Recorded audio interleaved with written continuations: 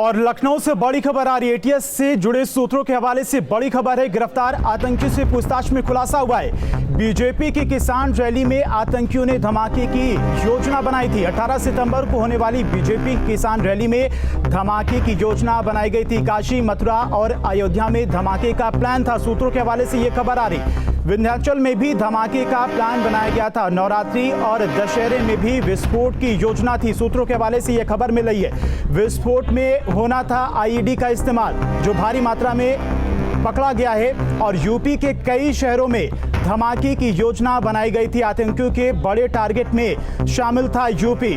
तो UP ATS के हवाले से जुड़ी हुई बड़ी खबर आ रही है कि जो आतंकी गिरफ्तार किए गए, हिरासत मिले गए, इनका प्लान था बीजेपी की किसान रैली में धमाका करने की। और जो विस्फोटक इनके पास से बरामद किया गया है, उसी का इस्तेमाल करके बीजेपी की किसान रैली में ये धमाका करने वाले थे। नवरात्रि और दशहरे में भी विस्फोट की योजना बनाई थी इन लोगों ने, और विस्फोट में आईईडी का इस्तेमाल होना था। सूत्रों के हवाले से यह खबर आ रही। यूपी के कई शहरों में धमाके की योजना थी। आतंकियों के बड़े टारगेट में शामिल था यूपी। विंध्याचल में भी धमाके का प्लान बनाया था आतंकवादियों ने। नवरात्रि और दशहरे में भी विस्फोट की योजना थी। सूत्रों के हवाले से यह खबर आ रही है। और विस्फोट में आईईडी का इस्तेमाल होना था। यूपी के कई बड़े शहरों में धमाके की योजना थी। आतंकियों के बड़े टारगेट में शामिल था यूपी, और खासकर बीजेपी की जो किसान रैली यूपी के अन्य अलग अलग शहरों में हो रही है, उन किसान रैली में धमाके की योजना थी। और लखनऊ से हमारे संवाददाता अनिल यादव हमारे साथ जुड़ गए तमाम जानकारी के साथ में। अनिल, यूपी एटीएस और दिल्ली के स्पेशल सेल ने बड़ी कामयाबी हासिल की। अगर जो सूत्रों के हवाले से खबर आ रही है कि बीजेपी की किसान रैली के साथ साथ यूपी के कई अन्य शहरों को ये लोग आतंकवादी वहां पर धमाका करने वाले थे, अगर ये खबर सही है तो यूपी एटीएस को और दिल्ली के स्पेशल सेल को ये बड़ी कामयाबी मिली है। बिल्कुल, देखिए निश्चित ही यूपी एटीएस से जुड़े हुए जो हमारे सूत्र हैं, उन्होंने जानकारी दी है कि अब तक जो पूछताछ हुई है, उस पूछताछ में खुलासा हुआ है कि इन आतंकियों के बहुत मंसूबे जो थे वो बहुत ज़्यादा खतरनाक थे। और 18 सितंबर को लखनऊ में बीजेपी की किसान रैली होनी है, वो भी इनके निशाने पर थी। क्योंकि देखिए प्रयागराज से जो आतंकी निशान पकड़ा गया, उसके पास से आईईडी मिला है। इसका मतलब भी विस्फोटक इनके पास आ गए थे, बस उन्हें इंस्टॉल करके धमाका करने की ही देरी थी, क्योंकि इन्होंने रेकी भी कर ली थी अपने टारगेट्स की। और ये भी पता चला है कि अयोध्या, काशी, मथुरा और विंध्याचल, यहाँ पर बहुत ज़्यादा इस वक्त काम हो रहा है। ये यूपी के एक बड़े तीर्थ सर्किट बन गए हैं और सरकार के फ्लैगशिप योजनाओं में शामिल है ये सभी शहर और यहाँ के तीर्थ स्थान।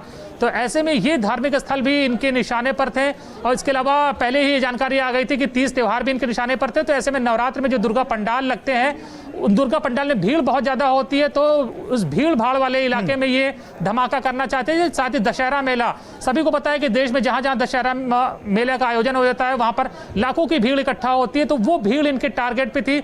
जाहिर सी बात है कि ये बहुत बड़ा पैनिक फैलाना चाहते थे और बहुत बड़े स्तर पर खून खराबा करना चाहते थे। इसलिए इन्होंने भीड़ भाड़ वाले स्थानों को चुना था। रैली, धार्मिक स्थल, तीज त्योहार और जहाँ पर बड़े मेले आयोजित होते थे, उन जगहों को इन्होंने अपने टारगेट पे लिया था। जी बिल्कुल अनिल, जो इनके मंसूबे थे वो बिल्कुल ही बहुत ज़्यादा खतरनाक थे। फिलहाल अनिल, तमाम जानकारी के लिए आपका बहुत बहुत शुक्रिया। बढ़ते आगे, लखनऊ से गिरफ्तार हुए आमिर जावेद के साथ एटीएस उसके 2 भाइयों को भी कल हिरासत में ले गई थी। पूछताछ के बाद एटीएस ने आमिर के दोनों भाइयों को छोड़ दिया था और आमिर के छोटे भाई मोहम्मद से बात की हमारे संवाददाता अनिल यादव ने, जिसने अपने भाई को बेकसूर बताया है और इस गिरफ्तारी को गलत फहमी बताया है। बिल्कुल, हम इस वक्त आमिर जावेद के घर में ही हैं। बहुत मुश्किल से हमारी एंट्री हुई है और बहुत समझाने बुझाने के बाद वो बात करने को तैयार हुए हैं। आमिर के भाई मोहम्मद हैं। एटीएस आमिर के साथ उनके 2 भाइयों को भी ले गई थी। मोहम्मद, आपको और आपके एक और भाई को ले गई थी। क्या कुछ हुआ था जब आप लोगों को एटीएस ने अपने साथ रखा था? एटीएस हम लोग को यहाँ से 7 बजे लेके गई थी। पूरी टीम आई थी यहाँ अंदर, बिना बताए कि वो लोग एटीएस से हैं कुछ भी। हम लोग को 7 बजे यहाँ से लेके एटीएस हेडक्वार्टर्स लेके चले गए थे। वहाँ हम लोग से पूछताछ कर रहे थे, कुछ लोगों के नाम बता रहे थे जो हम लोग पहली बार सुन रहे थे। उन लोग के नाम लिए उन्होंने, हमसे भाई से पता नहीं जो बात हुई, अलग पूछताछ हुई। हम लोग से यही हुई कि जो है कुछ लोगों के नाम बताए, जब हम लोगों ने बता दिया नहीं। उनका ये कहना था हमको मालूम सब चीज़ें, बस तुम लोग के मुँह से सुनना है। जब हम लोगों ने सब नाम जो उन्होंने बताया था, हम लोग के कोई जानने में नहीं थे, सब बता दिए कि नहीं है। तो उन्होंने ठीक है बैठे रहो, अभी छोड़ देंगे थोड़ी देर में। यही बात होते होते शाम हो गई थी। 3 खाना वाना सब उन लोगों ने वहाँ दिया था हम लोगों को, कोई दिक्कत नहीं, कोई प्रेशर डाल के नहीं हम लोग से पूछ रहे सवाल, आराम से बिठाला हुआ था। फिर शाम में बोले तुम तीनों भाई की कोई ऐसा कुछ प्रूफ नहीं है कि गलत हो, तुम तीनों भाई को शाम में साथ में छोड़ देंगे, रुक जाओ बस 1-2 घंटा। 6 बज गया था, 6 बजे हम लोग बैठे हुए थे वहाँ। उसके बाद जो है हम लोग को ये हुआ कि चलो तुम लोग को अब छोड़ दिया जाए, तो हम लोग को 8-9 बज गया, निकलते निकलते बाहर निकाला जबकि चलो छोड़ते हैं। तो हम लोग पूछा भाई नहीं है यहाँ पे, भाई को कहाँ? कहना भाई से अभी पूछताछ होगी, तुम्हारा भाई कल तक घर आ जाएगा। और अभी तक भाई का कुछ पता नहीं है, और न्यूज़ में जो चला रहे हैं बिल्कुल फेक है, ये सस्पेक्ट संदिग्ध बता रहे हैं। ये आप न्यूज़ में सब दिखा दे रहे हैं टेररिस्ट वाला नाम लिख के, ये ऐसा कुछ भी नहीं है। अभी मेरे भाई की जो है न्यूज़ में कम से कम 20 न्यूज़ में सिर्फ 5 न्यूज़ में फ़ोटो दिखाई होगी, वरना छठे की फ़ोटो नहीं दिखा रहे हैं क्योंकि फ़ोटो नहीं लगा। बताए जा रहे हैं 5 अदर लोग पकड़े गए हैं और ISI का नाम आ रहा है। क्या ऐसे किसी संदिग्ध लोगों से कुछ संपर्क था आमिर का कभी? लखनऊ से बाहर नहीं गए हमारे भाई, बाहर जो बता रहे हैं, एक जो है अभी 5 साल लोग बता रहे हैं कि सऊदी रह के आए, वो बचपन में गए थे 5 साल, वही 2003 में यहाँ आ गए थे। 5 साल के बचपन की उम्र बताई जा रही है, 5 साल के बचपन में गए थे। वो पूरे में दिखा रहे हैं कि 5 साल रह के आए, बाहर ट्रेनिंग लेके आए, वो 5 साल की उम्र में सऊदी बचपन में, वो भी पूरी फैमिली के साथ गए थे हम लोग। खजूर का कुछ अखबारों में ऐसा भी छपा है कि जो कश्मीर से लोग ड्राई फ्रूट्स बेचने आते थे उनको रहने की जगह मुहैया कराते थे। नहीं, सिर्फ खजूर का काम है, उसके अलावा कुछ है नहीं, कोई बॉक्स ड्राई फ्रूट का हो या कुछ भी, कुछ नहीं, सिर्फ खजूर का काम।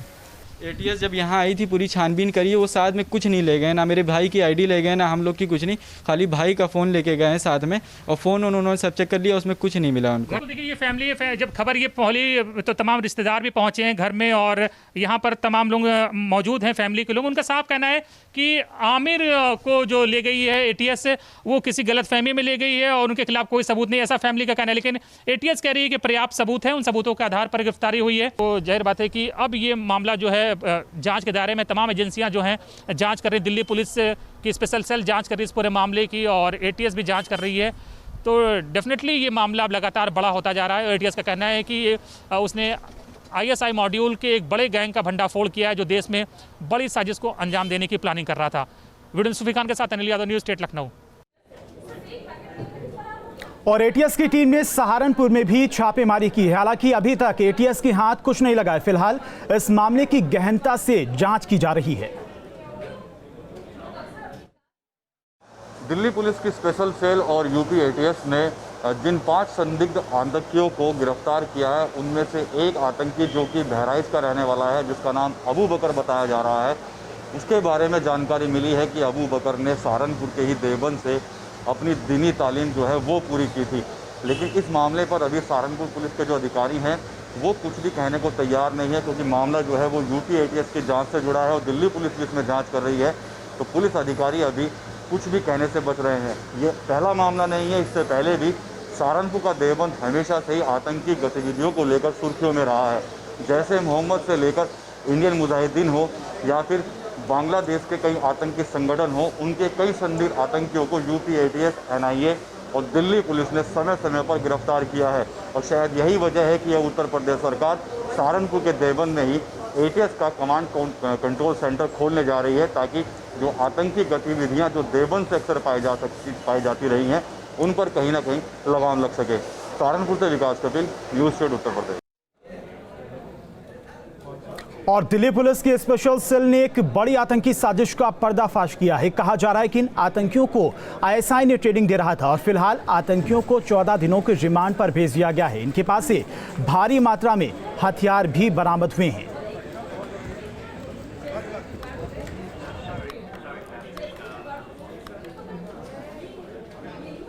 Agency Delhi police special cell और यूपी ATS की संयुक्त कार्रवाई ने एक बड़ी आतंकी वारदात को होने से रोक दिया। 6 आतंकियों को गिरफ्तार किया गया जो अंडरवर्ल्ड के इशारे पर भारत में त्योहारों के सीजन में आतंकी हमले करने की साजिश रच रहे थे। ये 6 के 6 आतंकी अब दिल्ली पुलिस स्पेशल सेल की रिमांड पर हैं और इनसे लगातार पूछताछ की जा रही है। ये आतंकी IED के जरिए धमाके करना चाहते थे उन जगहों पर जहां पर त्योहारों के सीज़न के दौरान भीड़ जमा हो सकती है। साथ ही साथ टारगेट किलिंग भी करने की कोशिश में ये लोग जुटे हुए थे। सीधे तौर पर इन आतंकियों को दिल्ली पुलिस स्पेशल सेल लगातार पूछताछ कर रही है और एक बड़ी कामयाबी इसको माना जा रहा है। इस गाड़ी के अंदर वो आतंकी मौजूद हैं जिनको स्पेशल सेल ने गिरफ्तार किया है। सीधे तौर पर इन आतंकियों से पूछताछ के बाद कई बड़े खुलासे हो सकते हैं। इनसे जानने की कोशिश की जा रही है कि आखिर इनके और कितने साथी हैं जो भारत में मौजूद हैं, कौन स्लीपर सेल्स हैं और क्या विस्फोटक जिसका इंतज़ाम इनके लिए किया जा रहा था, क्या और बड़ी तादाद में RDX और दूसरा विस्फोटक क्या भारत में पहुंच तो नहीं गया है, और अगर पहुंचा है तो उसको कहां स्टोर किया गया है। इन आतंकियों के सीने में जो तमाम राज दफन हैं, पाकिस्तान की खुफिया एजेंसी ISI से लेकर अंडरवर्ल्ड तक जो इनके कनेक्शन हैं और जिनके ज़रिए ये आतंकी वारदात को अंजाम देने की साजिश में जुटे हुए थे, उन सभी का जल्दी खुलासा होगा। और एजेंसीज का कहना है कि आने वाले दिनों में इनके कुछ और साथियों की गिरफ्तारी से भी इनकार नहीं किया जा सकता। वीडियो जर्नलिस्ट सुमित कुमार के साथ रुमानुल्लाह खान, दिल्ली। और यूपी ATS ने प्रयागराज के करेली से जीशान कमर को गिरफ्तार किया है। जीशान की निशानदेही पर पुलिस ने डांडी इलाके से एक पोल्ट्री फार्म पर छापा मारा था, जहां पर से IED बरामद हुआ, जिसे पुलिस ने डिफ्यूज किया था और उस पोल्ट्री फार्म हाउस के बाहर से जायजा लिया हमारे संवाददाता मानवेंद्र प्रताप सिंह ने।